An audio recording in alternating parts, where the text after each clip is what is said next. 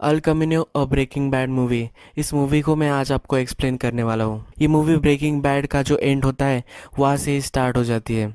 जैसे टॉड के गाड़ी में वहाँ से निकल चुका है जहाँ उसे कैदी रखा था। अब वो वहाँ से निकल कर पुलिस से बचते बचते डायरेक्टली स्किनी पीट के घर आ जाता है। वो दरवाज़ा खटखटाता है तो स्किनी पीट उसे पहचानता नहीं, क्योंकि जेसी का हाल बहुत ही ख़राब होता है। फिर वो उसे अंदर लेता है। उसकी गाड़ी ड्राइवे में होती है तो उसे अंदर लेने के लिए जेसी बोलता है। फिर वो सब उस गाड़ी को कवर वगैरह कर लेते हैं और जेसी फिर खाना खाता है और सो जाता है। बैजर और स्किनी पीट न्यूज़ देख रहे होते हैं।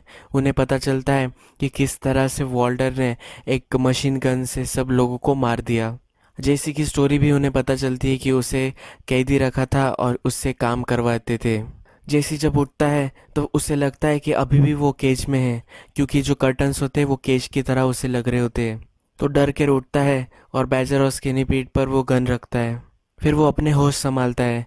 फिर बैजर और स्किनी पीट उसे बोलते हैं कि तुम्हें अब नहा वगैरह लेना चाहिए। उसे कपड़े वगैरह देते हैं और फिर जेसी नहाता है। नहाते वक्त जब वो टॉड के साथ था तो उसकी याद आती है। उसे वो पाइप के प्रेशर में नहलाते थे, उस पर बहुत सारे जुल्म उन्होंने किए होते हैं, तो ये सब उसे याद आता है। जेसी फिर शेविंग वगैरह कर कर फिर से पहले जैसा हो जाता है। स्किनी पीट उससे पूछता है कि क्या अब तुम्हारे पास कोई प्लान है। जेसी बोलता है कि हाँ, मेरे पास एक प्लान है। फिर वो स्क्रैप यार्ड वाले को कॉल करता है। उसने जेसी की वैन स्क्रैप की होती है और एविडेंस मिटाने के लिए उसने एक जो मैग्नेट बनाया था, ये वही आदमी होता है। ये वहाँ आता है और गाड़ी को देखता है। वो गाड़ी को ले जाने वाला होता है। वो बोलता है कि ये मैं फ्री में कर दूंगा, क्योंकि उसने टीवी पर देखा होता है कि जेसी के साथ क्या क्या हुआ था। जब वो गाड़ी के पास जाता है तभी गाड़ी में जो ट्रैकर होता है, जिससे पुलिस को पता चलता है कि गाड़ी कहाँ है, वो ऑन हो जाता है। वो फिर डर जाता है और फिर वहाँ से भाग जाता है। फिर स्किनी बिट बोलता है कि मैं तुम्हें हेल्प करूंगा। फिर स्किनी बिट बैजर को उसकी गाड़ी की चाबी दे देता है। वो बैजर जैसी की तरह ढूंढ कर कर स्किनी पीट की गाड़ी वो बॉर्डर के पास लेकर जाने वाला होता है। बैजर की गाड़ी जेसी को दे देते हैं और स्किनी पीट उसके ड्राइव में ही उस गाड़ी को रखता है जो जेसी ने लाई हुई होती है। यानी कि अगर पुलिस ढूंढेंगे तो स्किनी पीट की गाड़ी ढूंढेंगे। वो पुलिस को बताएगा कि जेसी उसकी गाड़ी लेकर चला गया है और फिर वो उस गाड़ी को ढूंढते रह जाएंगे और जेसी भाग सकता है। ये उसका प्लान होता है। जेसी जाते वक्त स्किनी पीट से सवाल पूछता है कि क्यों तुम मुझे इतनी हेल्प कर रहे हो। स्किनी पीट बोलता है कि तुम मेरे हीरो हो। फिर जेसी वहाँ से निकल जाता है। अभी भी पुलिस आसपास ही होती है और उनसे डर डर कर छिप छिप कर वो वहाँ से निकलता है। फिर उसे एक फ्लैशबैक याद आता है। वो केज में होता है और टॉड उससे मिलने आता है। टॉड उससे बोलता है कि मेरे अंकल और वो अब सब वीकेंड के लिए बाहर है, तो हम दोनों ही यहाँ रहने वाले हैं। इसलिए वो उसे ऊपर बुला लेता है। वो बोलता है अगर तुम बिहेव करोगे तो हम अच्छे से वीकेंड स्पेंड कर सकते हैं। मुझे कुछ काम है तो तुम्हें मुझे हेल्प करनी है। जेसी उसे बहुत ही डर्टी लगता है तो वो उसे बोलता है कि मुझे तुम्हें अच्छा साफ़ करना चाहिए। नेक्स्ट टाइम से मैं तुम्हें अच्छे से साफ़ करूँगा। फिर टॉड उसे अपने अपार्टमेंट में ले जाता है। टॉड की जो कार होती है उसका रूफटॉप उसे अकेले नहीं लग रहा होता, तो इसलिए वो जेसी की हेल्प लेता है। वो दोनों उसे उठाते हैं और उसके गाड़ी पर वो लगा देते हैं। जेसी बोलता है कि इसके लिए कि तुम्हें मेरी हेल्प चाहिए थी क्या। तो टॉड बोलता है कि हमें और एक काम है। फिर से प्रेजेंट में मूवी आती है और हमें दिखता है कि जेसी टॉड के अपार्टमेंट पर ही आ गया है। वो ऊपर जाता है और टॉड का अपार्टमेंट सील होता है। वहाँ टॉड का एक नेबर भी होता है। वो नेबर पहले आर्मी में होता था पर वो अब घर में ही रहता है, पर वो बहुत ही नोजी नेबर होता है, यानी कि वो सब जगह नज़र रखता है। तो जेसी उससे छुप छुप कर अंदर आ जाता है। फिर से फ्लैशबैक में हम आते हैं। जेसी उस नेबर को डोर होल से देख रहा होता है। टॉड भी उससे बात करता है और घर में आ जाता है। टॉड फिर उसे बोलता है कि अच्छा है कि उसने तुम्हें नहीं देखा, वरना मुझे उसे भी मारना पड़ता। टॉड उसके घर के बारे में बोलता है कि बहुत ही पेल लग रहा है। तो जैसी बोलता है कि हमें पेंट करना है क्या, इसलिए तुमने मुझे यहाँ बुलाया है। फिर टॉड उसे किचन में लेके जाता है। किचन में जैसे देखता है कि उसकी जो मेड होती है उसका मर्डर टॉड ने किया होता है और उसकी डेड बॉडी वहाँ पड़ी होती है। जैसी फिर उसे कारपेट में रोल करने के लिए हेल्प करता है। जैसे उससे पूछता है कि इसने क्या किया था। टॉड बोलता है कि इसने मेरे पैसों को ढूंढ लिया था। उसने अपने पैसे इंसाइक्लोपीडिया में रखे हुए होते हैं।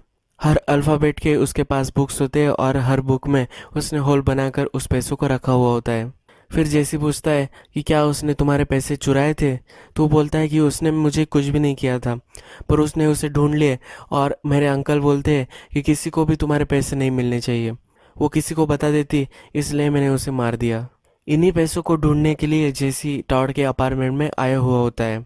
टॉड ने बहुत ही केयरफुली उसे अब छिपाए होते हैं, यानी किसी को भी पता ना चले। फिर से प्रेजेंट में मूवी आती है और जेसी हमें पूरे अपार्टमेंट में ढूंढता हुआ दिखता है। वो बहुत सारी चीज़ों को ढूंढ रहा होता है, पर भी उसे कहीं नहीं मिल रहा होता। फिर वो खिड़की से देखता है कि नेबर के अपार्टमेंट में जो टीवी चल रहा होता है उस पर उसके पेरेंट्स आए हुए होते हैं। वो फिर टीवी ऑन करता है और सुनता है उसके पेरेंट्स उसे मैसेज दे रहे होते हैं कि तुम जहाँ भी हो तुम घर वापस आ जाओ। फिर से फ्लैशबैक में हमें दिखता है कि जैसे ऊपर से वो डेड बॉडी को फेंकता है। टॉड फिर उसकी गाड़ी में अल कमीनो में उस बॉडी को रखता है। जेसी को भी वही उस बॉडी के साथ सोकर जाना पड़ता है। फिर वो दोनों डेजर्ट में जाते हैं। वो डेजर्ट में वो गड्ढा खोदते हैं, जैसी कोई खोदना पड़ता है और वहाँ उसे गाड़ देते हैं। वो फिर बैठे हुए होते हैं और टॉड एक यूलॉजी देता है। फिर टॉड को एक सिगरेट चाहिए होती है, तो जेसी को बोलता है कि कार के कंपार्टमेंट में एक सिगरेट है, वो मुझे ला कर दो। पर वहाँ गन भी होती है। जेसी उस गन को उठा लेता है। टॉड डर जाता है, पर टॉड उसे बोलता है कि मुझे लगा था कि तुम बिहेव करने वाले हो, मैं तुम्हारे लिए एक पिज़्ज़ा भी लेने वाला था, तुम्हें कौन सा पिज़्ज़ा अच्छा लगता है। उसे वो कुत्ते की तरह ट्रीट करता है। जेसी का उतना करेज नहीं होता कि वो उसे मार सके, तो जेसी फिर वो गन उसे दे देता है। जेसी सब पैसे ढूंढकर हार मान लेता है, तभी उसे फ्रिज देखता है। फ्रिज की पट्टी वो निकाल रहा होता है, तभी उसे एक गड्डी निकलते हुए दिखती है। उसे अब पैसे मिल चुके होते हैं, पर तभी डोर खटखटाने का आवाज़ वह उसे आता है।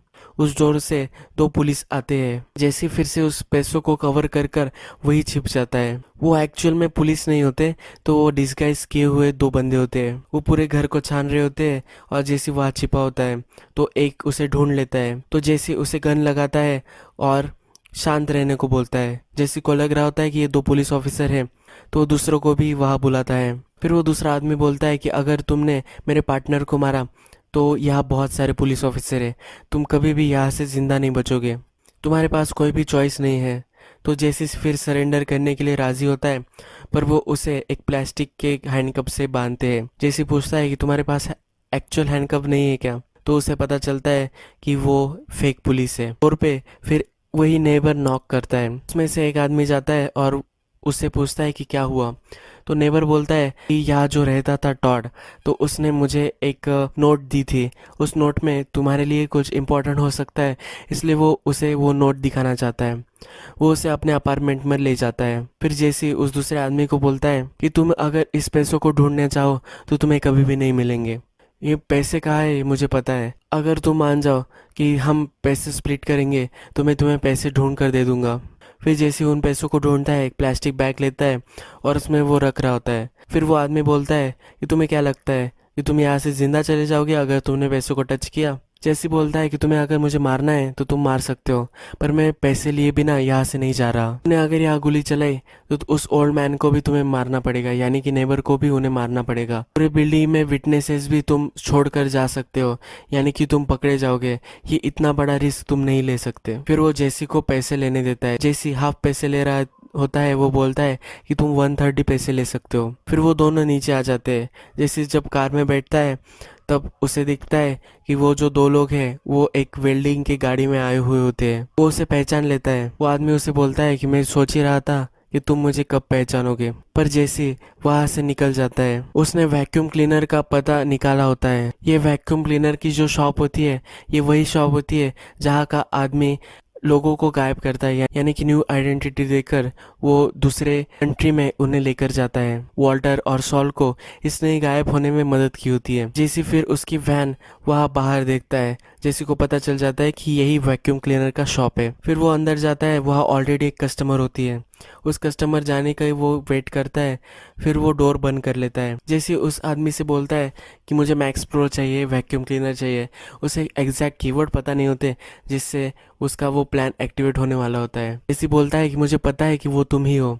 वो डिनाई कर रहा होता है कि मुझे पता नहीं कि तुम क्या बात कर रहे हो। जैसी फिर उसे बोलता है कि मैंने तुम्हारी मिनी वैन देखी थी, तुम जब मुझे लेने आए थे तो तुम्हारी यही मिनी वैन थी और यही बाहर खड़ी है, तो तुम ही वही हो जो लोगों को गायब करते हो। फिर जैसे अपने पैसे निकालता है और उस पे रख देता है 125K वो उसे देता है। फिर वो आदमी बोलता है कि लास्ट टाइम तुम जब नहीं आए थे उसके ये पैसे हैं, तुम्हें और डबल पे मुझे करना पड़ेगा। जैसे फिर सब पैसे निकालता है और वहाँ रख रहा होता है, पर उसके पास कंप्लीट पैसे नहीं होते। वो बहुत अपनी जेब से वगैरह सब पैसे निकालता है, फिर भी उसको $1800 कम लग रहे होते हैं। जैसे बोलता है कि इतने से पैसों के लिए तुम क्या मुझे यही छोड़ दोगे? वो बोलता है कि हाँ, मुझे पूरे पैसे चाहिए।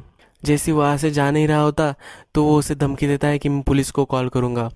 जैसे फिर भी नहीं मानता तो वो पुलिस को कॉल कर देता है। जैसे फिगर आउट करता है कि उसने एक फेक कॉल किया होगा। जैसे उसे बोलता है कि तुम्हारे पास बहुत सारा लूज करने को है, अगर पुलिस को पता चला कि मैं इतने सारे पैसे लेकर तुम्हारे पास आया था तो तुम भी ट्रबल में आ सकते हो, ये शॉप वगैरह सब तुम लूज कर सकते हो। तुमने पुलिस को कॉल ही नहीं किया था। जब पुलिस को कॉल करते हो तो वो लेडी तुमसे हमेशा लाइन पर रहने के लिए बोलती है। जब तक पुलिस नहीं आ जाती तब तक तुम्हें लाइन ऑन रखनी होती है। अगर तुमने फ़ोन काट भी दिया फिर भी वो तुम्हें फिर से कॉल करते हैं। जिसके पीछे से हमें पुलिस कार आती हुई दिखती है, उसने एक्चुअल में पुलिस को कॉल किया होता है। फिर जैसे वहाँ से भाग जाता है और वो उसके लिए कवर करता है। जैसे फिर कार से उसे कॉल करता है, वो बोलता है कि अगर मैं पूरे पैसे लेकर आऊँ तो क्या तुम मुझे हेल्प करोगे? कहा बोलता है कि हाँ, मैं तुम्हें हेल्प कर सकता हूँ। फिर जैसे हमें अपने घर के बाहर बैठा हुआ दिखता है, वो अपने पेरेंट्स को कॉल करता है कि तुम्हें पता है कि एक लेक था जहाँ हम हमेशा जाया करते थे, क्या तुम हम मुझे वहाँ लेने के लिए आ सकते हो? फिर उसके पेरेंट्स उसे लेने के लिए आ रहे होते हैं। जैसी फ़ोन पर यह भी बताता है कि तुम अच्छे पेरेंट्स थे, ये तुम पर कुछ भी नहीं है जैसे मैं बन गया। ये सब बुरे काम मैंने किए हैं, ये तुम्हारी वजह से नहीं किए। तुम्हारी पेरेंटिंग बहुत ही अच्छी थी। जब वो दोनों घर से बाहर निकल जाते हैं और वहाँ जाने के लिए रेडी होते हैं, तब जेसी बैक डोर से उनके घर में आ जाता है। उनका जो लॉकर होता है उस लॉकर से उन्हें उसे 2 गन्स मिलती है। फिर वो उस वेल्डिंग के शॉप में आ जाता है। वेल्डिंग के शॉप में जब वो आता है वहाँ बहुत सारे लोग होते हैं। उन्होंने बहुत सारी हुकर्स वगैरह भी मंगवाई हुई होती है। तो जैसे वहाँ वेट कर रहा होता है, जब सब वहाँ से चले जाएंगे तब वो वेल्डिंग वाले के पास जाने वाला होता है जिसके पास बहुत सारे पैसे होते हैं।